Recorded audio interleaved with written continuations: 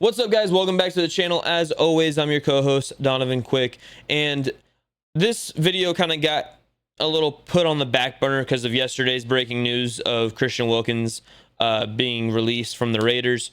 But this is also a very important video, and I kind of got to get my rants out, and you all probably feel a very similar way to me. So, obviously, we already know at this point, Artie Burns are probably our top corner signing this offseason. He tore his ACL in warm-ups of the first day of training camp. Not a good thing.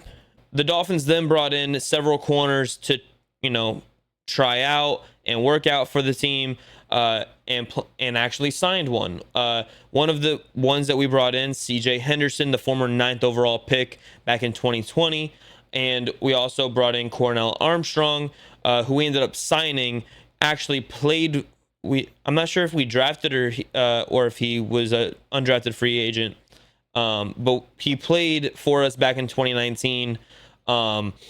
He hasn't played since 2022, so I'm kind of confused as to why we would opt to sign him over CJ Henderson.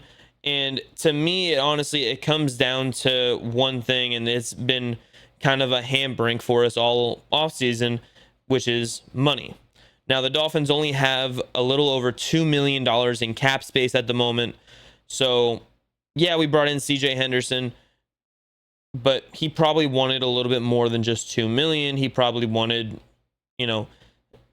something. And the Dolphins have never really gone into a season without at least $7-8 million in cap space. So to have this little cap space and this very little, maneuverability with the roster, it is very, very just not good for the Dolphins right now. And that's probably why we opted for the guy that was probably the cheapest out of the group. That he hasn't played since 2022. There's a reason for that. I know he's dealt with some injuries.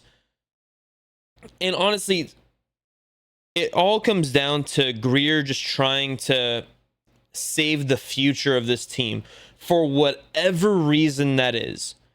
Because there's been several reports this offseason that Ross still has complete control given to Chris Greer and Mike McDaniel, meaning that they could restructure all the contracts they want. They can give all the guaranteed money that they want, blah, blah, blah, blah, blah. But yet, two of the biggest contracts this offseason are still not restructured to give us cap space and maneuverability, which would be Tua's contract and Tyreek's contract. Now, the reason for that is very simple to me, given I don't know the actual reason, but I'm just kind of using common sense. Tua's injury history over the last, 5 years of his career, he's had one fully healthy season, and then we gave him a big contract after that.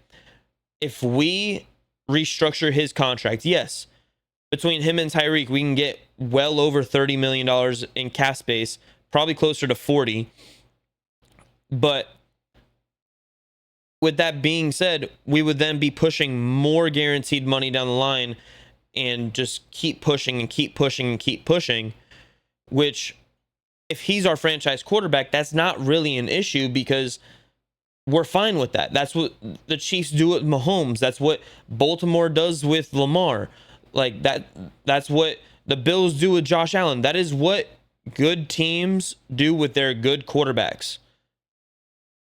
I love Tua. I think he is very good. I think he has the potential to be up there with those guys. Obviously not physically, but he is like the Drew Brees of this generation. He's not the biggest, he's not the strongest, but he's going to kill you with what he sees on the field, his anticipation, his accuracy, everything like that. But if he can't stay on the field, what is the point? And so that kind of flips into the Dolphins haven't offered him that money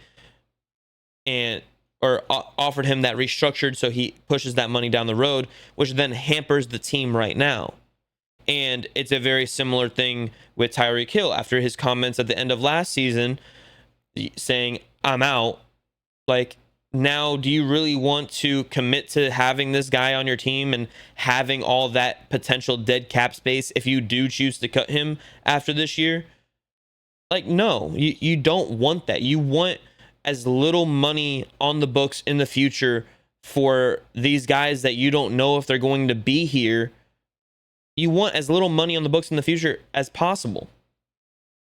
That's why you go and you restructured, other guys here and there that it's not going to be as big of an impact on down the road or as big of money on the books.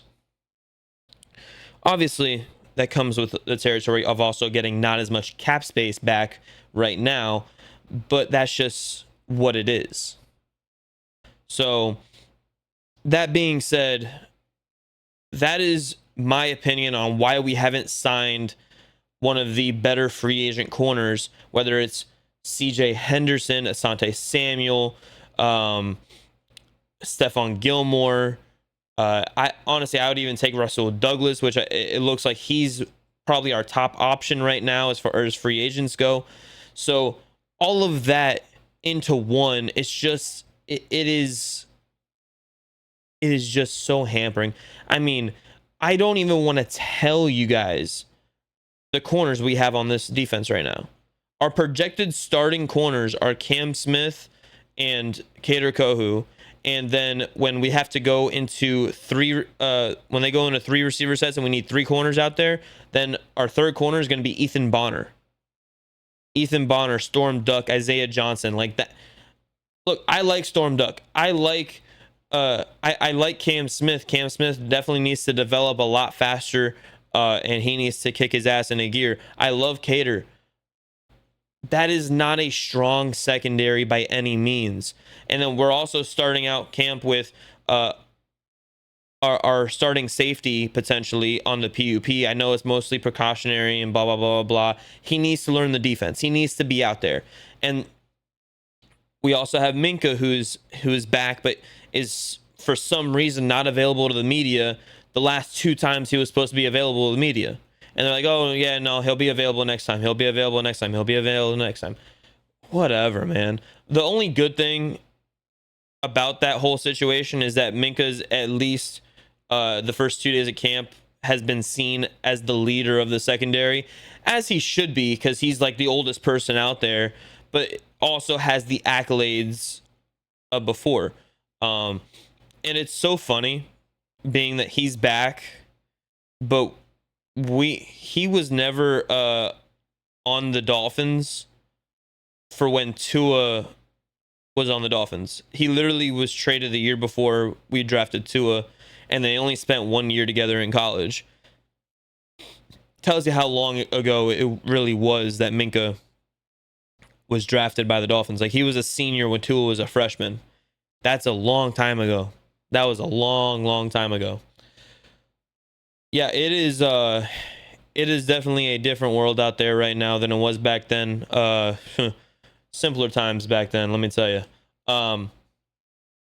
But man, we need to do something with this secondary. And look, I like Cornell Armstrong as a person. He seems to be a very good guy. He's always commended by his teammates, but he's not good at football. He's not at the NFL level. He is not good. There's a reason he hasn't played since 2022. He was off the Dolphins by 2020. We need better. We need better, and we need it so fast. The fact that we didn't draft a corner still baffles me.